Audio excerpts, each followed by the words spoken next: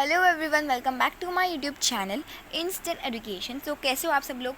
तो आज हम लोग करने वाले हैं हमारा चैप्टर नंबर 8 मेटलर्जी का इम्पोर्टेंट मार्किंग। तो देखो भाई, यहाँ पर मैं टेक्स्ट बुक का ही आप लोगों को बता रही हूँ। इसमें से जो भी मैंने मार्किंग दिया हुआ है वो प्लीज़ कर लेना, ठीक है।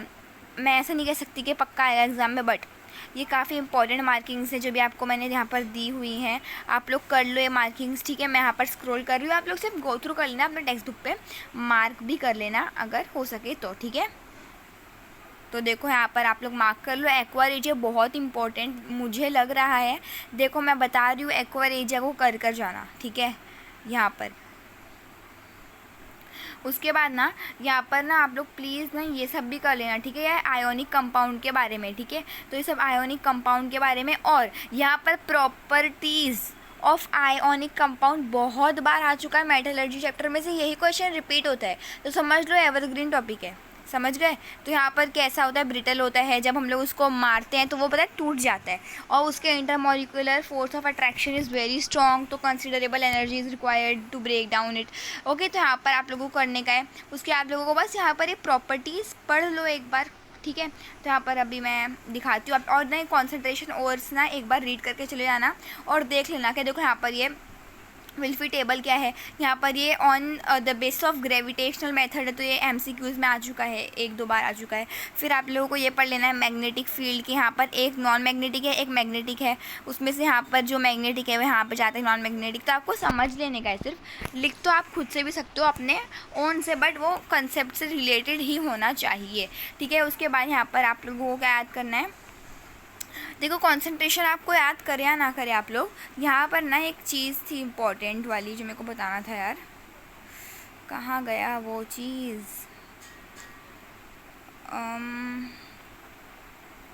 हाँ, यहाँ पर तो देखो आपको एल्यूमिनियम का जो और है मेन और बॉक्साइड होता है, उसका कॉमन यहाँ पर नाम लिख दो, Al2O3.NH2O, ये याद कर लो। ये भी आ चुका है नेम द फॉलोइंग में, तो ये सब आपको याद करने का है। और हाँ, आपको नेम द फॉलोइंग सब अच्छे से पढ़कर जाना है, इसका मेटलर्जी ओर्स गैंगवे और आपका मिनरल्स के बारे में सब कुछ अच्छे से याद करके जाना, ठीक है।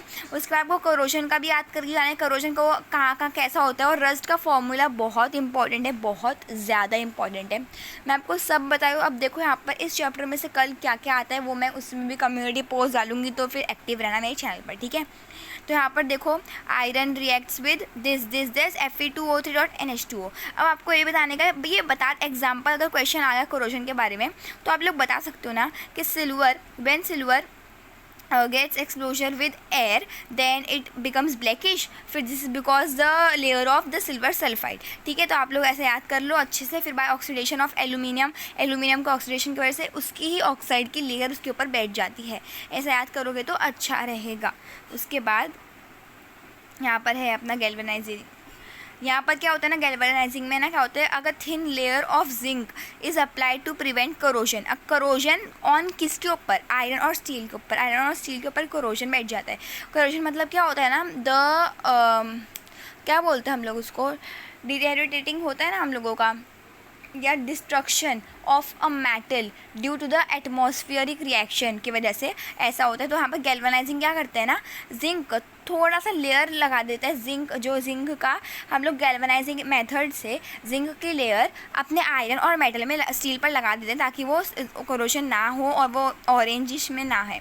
अपना यहाँ पे एलॉय बहुत इंपॉर्टेंट है, एलॉय का क्वेश्चन भी आ चुका है, इलेक्ट्रोप्लेटिंग का भी क्वेश्चन आ चुका है। इलेक्ट्रोप्लेटिंग क्या होती है, इलेक्ट्रोप्लेटिंग मतलब क्या, सिल्वर को अगर हमें को सिल्वर स्पून ये में कन्वर्ट करना है तो मैं इलेक्ट्रोप्लेटिंग का इस्तेमाल कर ऐसा करूँगी। एलॉइंग क्या होता है, alloying is a homogeneous mixture, मतलब क्या कि मेटल नॉन मेटल का मिक्सचर करूँगी मैं कुछ प्रपोर्शन में और एक न्यू सब्सटेंस बनेगा। और इसके वजह से पता है क्या होता है, इस एलॉइंग की वजह से ही हमारा intensity of the corrosion decreases, ठीक है। तो ये करोजन बहुत इंपॉर्टेंट है और आपको ना ये याद कर जाना है, ब्रॉन्ज कितना क्या क्या है, टिन है यहाँ पर और कॉपर है, और यहाँ पर वो भी था ब्रास भी था ना, अपना ब्रास कहाँ पर गया, ओके उसके बाद हाँ येस ये बहुत इंपॉर्टेंट है यहाँ पर, ये mercury is the alloy called. Mercury का यहाँ पर अगर हम लोग बात करें, when one metal in an alloy, अगर एक जैसे अलॉय मैंने बोला मेटल नॉन मेटल, या तो नॉन मेटल मेटल, या तो मेटल और मेटल दोनों में से कुछ भी, सब में से, लेकिन अगर दोनों में से कोई एक मेटल है, सॉरी मर्क्यूरी है, तो इसको बोलते हैं हम लोग अमलगम। क्या बोलते हैं? अमलगम। उसके बाद यहाँ पर sodium amalgam, zinc amalgam, silver amalgam was early used as dentist. पर डेंटिस्ट लोग क्या करते, सॉरी डेंटिस्ट लोग, सो सॉरी डेंटिस्ट लोग पहले क्या करते थे ना, सिल्वर अमलगम का इस्तेमाल करते थे। गोल्ड अमलगम पहले क्या इस्तेमाल होता था, एक्सट्रैक्शन ऑफ गोल्ड, मतलब मिनरल्स में से अगर हम लोग को गोल्ड एक्सट्रैक्ट मतलब निकालना है तो इसका इस्तेमाल करते थे।